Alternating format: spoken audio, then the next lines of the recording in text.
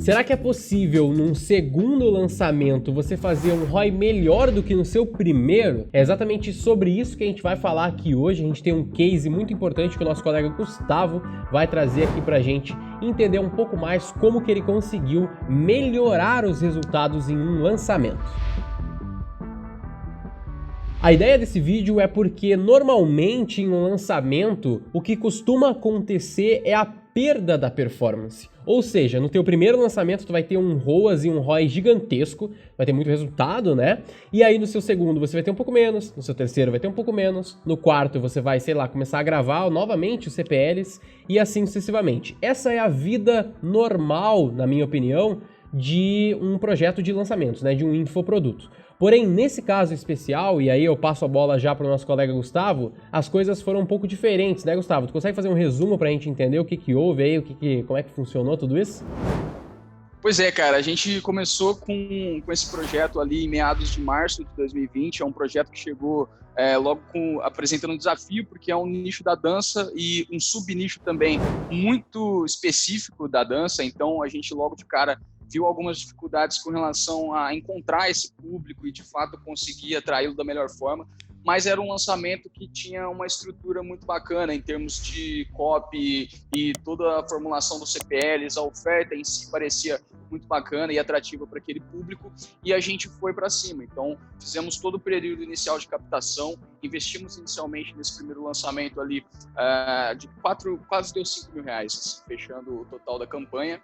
E, cara, foi um período interessante porque o público desse nicho, apesar de ser muito nichado, é um público muito engajado. Então, a etapa de pré-lançamento e até o pré-lançamento foi muito bacana, assim, muitos comentários e tal. Só que dava para ver que tinha algo que não conseguia formatar o final da oferta ali da forma como a gente estava já começando a bolar uma expectativa. E aí, o final do resumo no primeiro lançamento foi que a gente, com esses 5 mil investidos, faturamos ali em média R$12 mil. E assim, é um contraste que no final, no momento que você fecha o carrinho e você olha durante o período de pré-lançamento, você fala, cara, o que aconteceu de errado, né? Porque a captação ocorreu de uma maneira consistente até, dentro das expectativas, o pré-lançamento até que ficou lá em cima, só que na etapa de conversão, de fato, ali na hora que a gente abre o carrinho, foi muito, mas muito abaixo do que a gente esperava. Apesar de um ROAS ali perto de 2 e pouco, é algo que para um lançamento e o esforço que envolve fazer um lançamento, você não se paga, assim, né? Então a gente logo de cara começou a fazer o debriefing, depois que fechou o carrinho, sentamos com a expert, e assim, uma das alternativas que a gente vislumbrou na época foi tipo abandonar o produto, ou pelo menos colocar ele no perpétuo, porque exige todo um esforço e uma demanda, né? Você dobra um contingente ali para fazer o lançamento em si. Então, cara, uma opção era deixar ele no perpétuo, se vender bem durante um tempo, se não vender a gente reformula e vai testando outras opções, enfim, e aí a gente ficou com essa impressão.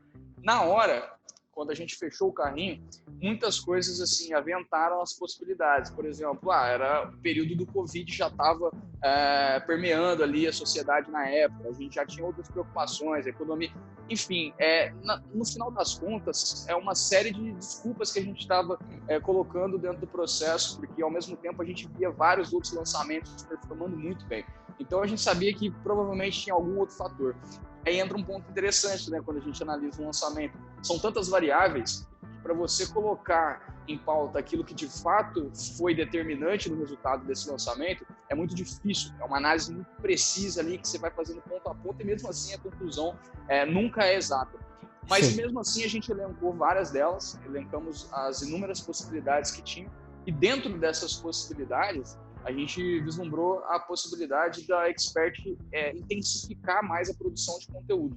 Ela produzia conteúdo já, ela já conseguia conversar com uma pequena audiência e durante esse primeiro lançamento que a gente fez, ela cresceu em números, principalmente no Instagram, então ela começou a ter mais audiência ali dentro, que é um processo natural em qualquer lançamento, você aumentar ali as suas redes sociais, de maneira geral, seus canais de distribuição de mídia.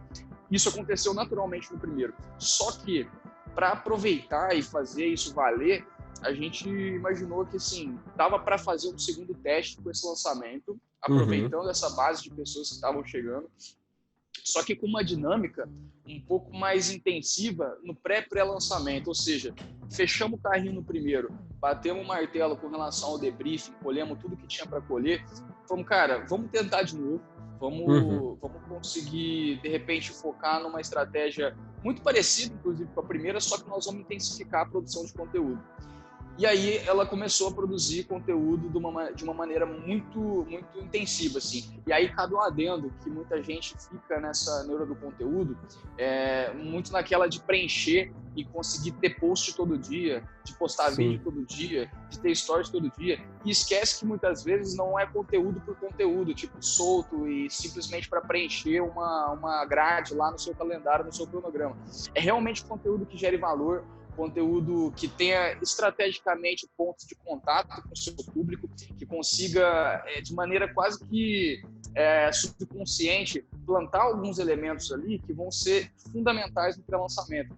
Então ela começou a produzir esses conteúdos, a gente deu um direcionamento aqui na V4, fizemos toda essa parte ali de levantamento de trends, né, o que aquela audiência, por mais pequena que ela fosse na época, o que ela estava buscando, quais as palavras-chave que tinham mais pontos de contato para conseguir acessar esse público, o que essas pessoas de fato estavam tendo como objeção que a gente colheu no primeiro lançamento. Toda essa frente de construção do Avatar, ela foi sendo lapidada para essa questão do conteúdo em si. A gente entregou isso de uma maneira muito prática para a Expert, para ela poder vislumbrar todo esse processo de produção de conteúdo, e ela começou a aplicar e colocar isso em prática. Então, logo de cara, a gente já percebeu um aumento no engajamento das redes sociais dela, um aumento muito consistente no engajamento, e no primeiro mês foi isso, assim, ela realmente percebeu que estava tendo um retorno bacana. E a gente falou, não, vamos fazer o segundo lançamento. Só um detalhe, assim, antes da gente entrar aí na história desse segundo lançamento, pra gente entender como é que funcionou, né? Essa parte do conteúdo, ela produz esses vídeos e tal, e aí vocês fazem distribuição. Como é que funciona isso? E tu tem aí algum desses... Tu comentou que tu montou, tipo, uma estrutura e coisas do gênero, né, pra ela. Tu tem algo desse tipo pra mostrar? Cara, primeiro, essa questão da distribuição de conteúdo é algo que é de extrema importância ali, porque você vai estar sempre nutrindo a base. Quando a gente vai iniciar o processo de captação de leads, se você está começando do zero, você não vai ter públicos ali para utilizar e trabalhar no primeiro momento. Então, muitas vezes, você vai utilizar públicos de interesse. E tudo bem, no primeiro momento é isso que acontece. Só que você vai percebendo com o tempo que esse público de interesse, ele tem lá os seus percalços também. Ou você vai demorar para encontrar o interesse específico que vai te dar um resultado, ou o seu custo por lead vai começar caro e esse público não vem tão engajado também. Então, o ideal é você sempre estar nutrindo públicos base, ou seja, públicos de envolvimento no Facebook, no Instagram, públicos de visualização dos seus vídeos, a sua própria lista, você está sempre nutrindo e trabalhando ela para os seus públicos de pixel, né, para pessoas que estão visitando o seu site, enfim.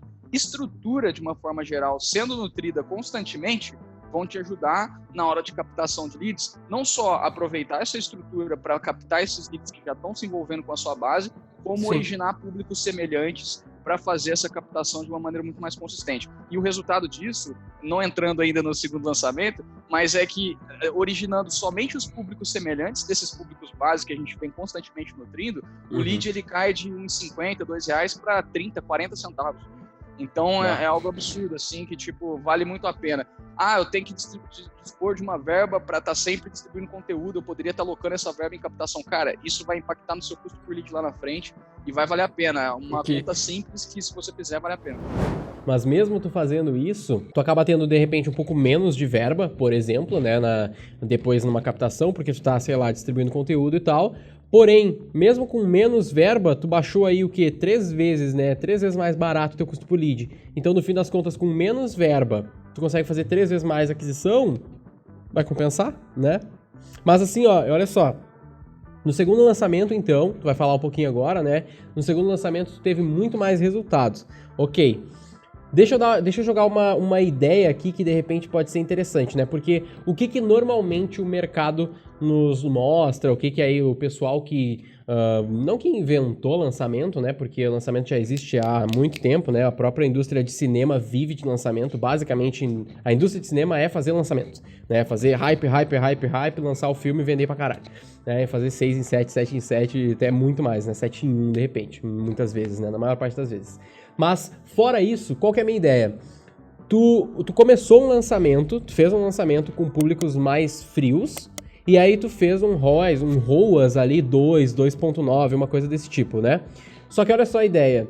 Ao invés de eu tratar isso, não existem derrotas, né? O que existe foi um aprendizado. Mas, no fim das contas, eu acredito que esse teu lançamento que foi ruim, né, de certo modo, que não foi o ideal, ele na verdade foi bom pra validar o produto. Não sei se tu concorda com isso. Porque, tipo assim, se vocês não estavam vendendo nesse formato, e mesmo sem conteúdo, mesmo sem um grande público, mesmo sem bons vídeos bem feitos por ela, tu conseguiu dar resultado, pelo menos sobrou um dinheiro no final, vamos dizer assim, imagino eu, se for ver, claro que não foi muito, tu garantiu que vale a pena investir nos caras, né, no produto. E aí agora tu pega aí o dinheiro excedente que sobrou e investe em mídia de novo para um conteúdo mais robusto, daí faz um processo mais comum. Porque o que eu penso? Normalmente o pessoal ensina as pessoas a produzirem conteúdo indiferente do que vai ser feito, né? Constrói audiência, não importa o que tu vai vender, faz aquisição de público, faz distribuição de conteúdo. E isso é foda, porque, tipo, tu não tá vendendo, né? Então daqui a pouco tu nem sabe se o teu produto é bom e tu tá fazendo uma puta aquisição pro produto e aí teu lançamento vai ser meia boca lá na frente. Então eu acho que tu inverteu a roda aí, né? Muita gente pode achar que isso foi errado, de repente, eu não acho. Eu acho que tu fez o que dava pra fazer o cara faturar muito mais rápido e depois fazer um lançamento muito melhor, que eu acredito que tu pode comentar, né, o que eu falei agora, mas também já começar a entrar no segundo lançamento. Faz sentido? E é interessante você pontuar isso porque cabe o histórico. Geralmente, do ponto de vista, por exemplo, da fórmula de lançamento, enfim, da maneira que as pessoas trabalham a lógica, a cadência de lançamento, você primeiro tem um lançamento semente, e aí você faz a validação desse produto, depois você tem o lançamento interno, que ele é mais robusto e tal. No caso, era o primeiro lançamento interno. Então, ou seja, ela já tinha meio que validado o produto anteriormente e ela entrou depois com o lançamento interno. Então, ficou uma incógnita, porque, assim, teoricamente era para dar bom esse primeiro lançamento interno. Essa produção de conteúdo também, eu vejo pelo menos uma via de mão dupla. Tem pessoas que já têm uma certa audiência e que acreditam muito na ideia de que ela vai produzir um conteúdo X, Y, Z, não necessariamente vinculado com uma estratégia muito bem direcionada, e só pelo fato dela ter uma determinada audiência, aquilo vai surtir um efeito na hora de vender alguma coisa. E aí tem aquela clássica história da menina que, tipo, tinha lá seus 3, 4 milhões no Instagram e, pô, foi fazer uma ação de vendas de camisetas lá, não conseguiu vender 2, 3 camisetas. Porque é bem isso, cara, não tem como você... É uma via de mão dupla, assim. A audiência, ela é audiência compradora, porque se não for, não funciona. Então, e aí a importância também, e ressaltando aqui, fugindo um pouco do tema, mas é importante colocar que você ter uma esteira de produtos viabiliza trabalhar essa audiência em todos os pontos de contato dela, desde o nível de consciência mais baixo até o nível de consciência mais alto. Entrando já no mérito do segundo lançamento. Esse é um produto de ticket 697. Nem todo mundo que conhece a Expert no primeiro momento compra um produto de 697, por mais que seja considerado um ticket de médio para baixo, assim, ainda assim é um ticket médio, vamos colocar. Então, para você trabalhar essa audiência em diversos níveis, a importância aqui, fazendo um parênteses, de você ter uma esteira de produtos bem cadenciada. Pô, o cara te conhece, ele não chega comprando um ticket alto, ele vai comprar um ticket mais baixo de repente. Nesse próprio produto de entrada, você consegue elevar o nível de consciência dele, e ele já abriu a carteira nesse primeiro momento e está muito mais predisposto a comprar esse produto de ticket mais alto e assim por diante. Trabalhar essa esteira, porque senão, com certeza, o expert está deixando dinheiro na mesa. Aí tu tá falando de um negócio interessante, porque a gente tá falando de lançamento aqui, né, e tal, e funciona muito bem, e tudo bem, mas lembrando, né, que a nossa opinião é que lançamento é uma estratégia, não é modelo de negócio. Então, tipo assim, beleza, vai fazer lançamento e tal, mas no background, vamos dizer assim, tu vai ter que estar fazendo outras estratégias, outros produtos, eventualmente produtos mais baratos, eventualmente ter produtos mais caros, que tu não vai trabalhar num lançamento da vida, né? Mas vamos direto ao ponto aí. O que rolou no segundo lançamento, então, depois que vocês começaram a produzir bastante conteúdo de qualidade? No segundo lançamento, a gente começou a captação de leads ali em final de maio. Aquela distribuição de conteúdo que a gente mencionou já faz toda a diferença, né? A gente percebeu uma redução no custo por lead brutal, assim, como a gente mencionou anteriormente, ali de quase 3 vezes menos. A gente estava pagando R$1,50 no lead. No final desse primeiro lançamento aqui agora, estava com conjuntos de anúncio pagando ali em média de 30 centavos, 40 centavos por lead na captação. E logo de cara, a gente percebeu uma captação muito mais, como que eu posso dizer, engajada, assim, as pessoas elas já caíam na nossa lista, mas a gente construiu um modelo para que ela tivesse pontos de contato dentro desse período de pré-lançamento, ou seja, ela caía na nossa lista, ela já era direcionada para um grupo no Telegram. No grupo do Telegram já tinha um modelo de conteúdo adaptado com uma linha editorial para ela lá dentro. Lives iam acontecendo durante esse período de captação. E aí entra um ponto importante. Durante o período de pré-lançamento, o conteúdo muda um pouco. Então, assim, a gente estava produzindo conteúdo de maneira intensificada depois do fechamento do lançamento anterior. E isso aconteceu até o período de pré-lançamento. Durante o período de pré-lançamento, continuou o conteúdo de maneira intensificada, porém, muda um pouco do perfil do conteúdo. Ou seja, é muito mais trabalhado em cima de prova social, trazendo alguns cases, é muito mais trabalhado em cima de quebra de objeções. Você está nutrindo a base de conteúdo técnico, prático, de várias outras formas em outros momentos. Nesse período de pré-lançamento, cabe você intensificar o conteúdo nessa medida um pouco mais focada nesses gatilhos que são importantes. E aí foi isso que aconteceu. A captação de lead reduziu muito o custo, a gente conseguiu colocar alguns pontos de contato, como eu mencionei, para esse lead não ficar avulso durante o período de pré-lançamento. E aí eu faço outro parênteses aqui agora. A gente, quando constrói o funil e a estratégia, faz muito sentido na nossa cabeça. Eu vou captar o lead aqui durante esse período de tempo, depois ele vem aqui para as aulas e tal. Para o lead, nem tanto.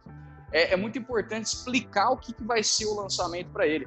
Então, por exemplo, o lead acabou de cair na página de Obrigado, por exemplo, se cadastrou, caiu na página de Obrigado. Cara, tem um videozinho explicando o que vai ser o evento, explicando, reforça de novo, que dia que vai ser, o que ele precisa fazer para tirar o maior proveito desse período de pré-lançamento, né, que vai ser os CPLs, as aulas. E, cara, aproveita, dá um gancho ali para ele poder se engajar mais, já pede para ele te seguir no Instagram, já comenta para ele entrar no grupo do Telegram. Um outro ponto aqui, um parênteses dentro do parênteses, coloca uma recompensa lá no Telegram para esse lead ir para lá. A gente colocou um e-bookzinho lá no Telegram, então, assim, a taxa de entrada entre captados e pessoas que de fato entraram no Telegram foi quase 50%. E aí a gente entrou na etapa de pré-lançamento. E aí que entra um adendo, cara, porque não mudou muita coisa em termos de copy, que é o que faz muita diferença no lançamento. Se a gente for pensar do primeiro para o segundo, a gente lapidou algumas coisas junto com o Expert, obviamente, mas tipo, não alterou a big idea do negócio. Sim. Resumo, a captação de lead foi um número muito parecido. Na verdade, foi menos do que o primeiro. No primeiro lançamento, a gente captou 8 mil leads. No segundo lançamento, a gente captou quase 6, ou seja, 2 mil leads a menos. Se a gente investiu 5 no primeiro, no segundo, meio que naquela de vamos tirar o pé, a gente investiu quase 4. Então, assim, a gente foi nesse sentido de vamos segurar porque a gente ainda não sabe, é um teste de novo. Então, beleza, fizemos esse período de pré-lançamento e com o intuito de fazer um puta lançamento pra galera, tipo, gerar valor de verdade ali durante esse período. Isso refletiu muito na abertura do carrinho, cara. A gente conseguiu fazer esse período de engajamento muito bacana no pré-lançamento e no pré-lançamento, e quando a gente de fato lançou, que foi no dia 8 de junho aqui, desse ano de 2020, pro futuro que estiver assistindo aí, a gente abriu o carrinho no dia 8 e, tipo, faturou 35 quase no primeiro dia. Sim. No primeiro dia de lançamento faturou os 35. E aí, depois do primeiro dia, obviamente, deu uma queda lá e tal, só que ela continuou intensificando ali a produção de conteúdo, fazendo lives, chamando alunos para participar, enfim. A gente fez ali também, no meio da semana de pré-lançamento, uma live um pouco mais focada em conteúdo para gerar aquele efeito W ali nas vendas. Deu certo, mas, enfim, fechamos a semana ali do dia 8 ao dia 15, se eu não me engano, com 45 mil ali faturados.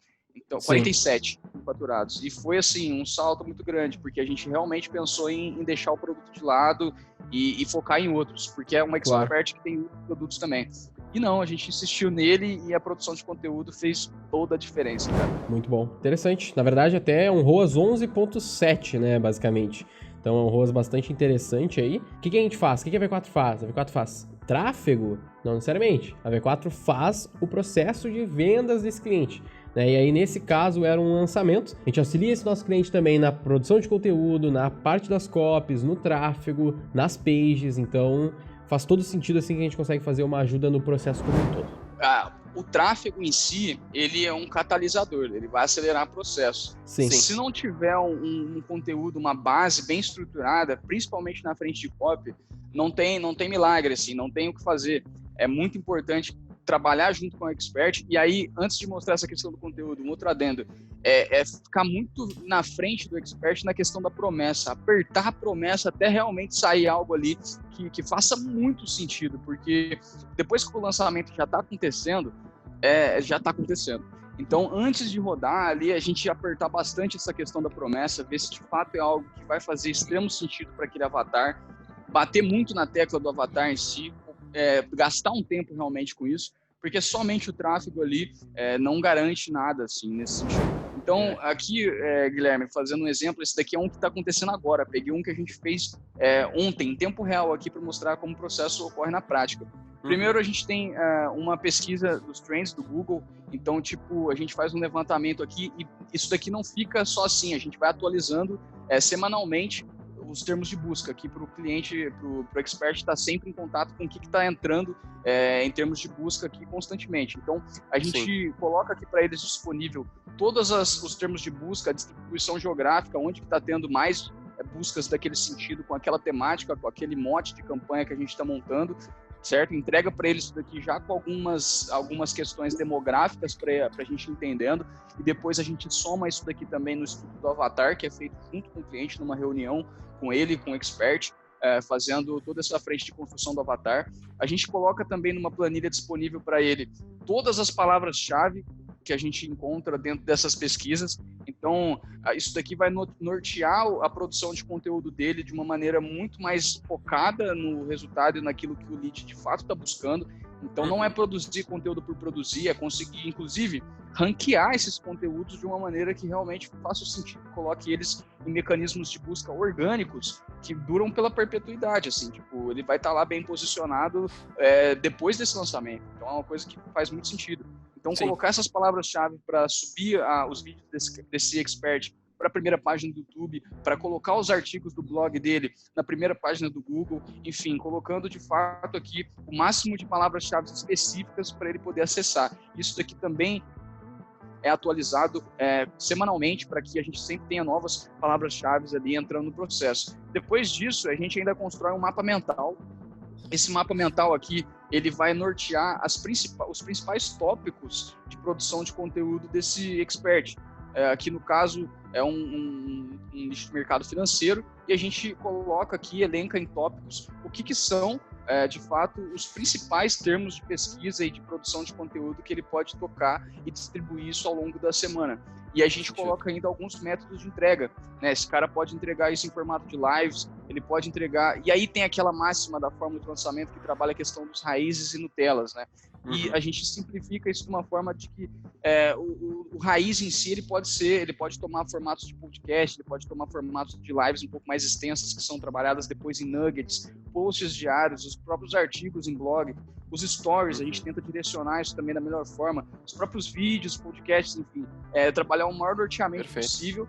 E depois a gente tem um próprio calendário de conteúdos com um cronograma, com isso daí tudo pronto para ele adaptar e trazer isso da melhor forma, porque o expert ele tem a expertise de produzir o conteúdo dele em si. Ele não é obrigado a saber de tráfego, ele não é obrigado a saber de questões técnicas de ferramentas, da mesma forma que muitas vezes a gente também não é obrigado a entender profundamente o que é um scalp, o que é uma questão técnica do mercado financeiro. Só que a gente procura vislumbrar o quadro todo da melhor forma para entregar isso para o cliente de uma maneira muito, muito ajustada para colocar ele na cara do gol na hora de produzir esses conteúdos. Então, basicamente, é uma metodologia que foi aplicada nesse segundo lançamento e que fez sentido, cara. A gente conseguiu realmente ali verificar uma diferença muito grande do primeiro para o segundo. No fim das contas, o que a gente tem que saber dessa parte de conteúdo não é o produto do cara e fazer o conteúdo por ele, né? Isso é impossível, não tem como a gente produzir isso para ele, né? Então a gente tem que saber da estrutura. Se a gente souber da estrutura para passar para o cliente, aí fecha todas. Maravilha, meu querido Gustavo. Tem mais alguma questão aí que tu queira deixar pra galera aí? Se algo não deu certo no lançamento, não simplesmente deixar de lado ou pensar que foi por causa de uma questão específica, assim. Conseguir elencar e trabalhar um debriefing muito amplo e discutir realmente, bater em cima dele, porque é um produto que realmente quase entrou para a gaveta e que hoje está sendo um dos que a gente mais vai buscar escalar e provavelmente vai ser um dos produtos que mais vai trazer resultado para esse expert. Lembrando que se você é uma empresa e precisa de ajuda, eventualmente para fazer um lançamento ou simplesmente para vender o seu produto mais e para mais pessoas, a V4 também pode te ajudar. Acesse aqui na descrição v4company.com, faz o teu cadastro ali, que a gente vai entrar em contato contigo para entender um pouco mais do teu negócio e ver aonde que a gente pode te ajudar. E se você gostaria de trabalhar com a gente, assim como o Gustavo trabalha ali numa das unidades franqueadas da V4, sendo um dos heads ali, fazendo aí esse trabalho excelente que você pode entender um pouco mais como funciona, você também pode, conhecendo aqui na descrição a franquia da V4, onde em um primeiro momento você vai ser treinado para entender como que a gente atua e depois você vai começar a receber clientes nossos para trabalhar com a gente usando a nossa marca e tendo o nosso auxílio. Se alguma dessas opções faz sentido para você, entra aqui na descrição, vem falar com a gente que a gente vai ficar muito feliz. Eu sou o Guilherme Lippert, Equity Partner da V4 Company e o nosso negócio é vender o seu.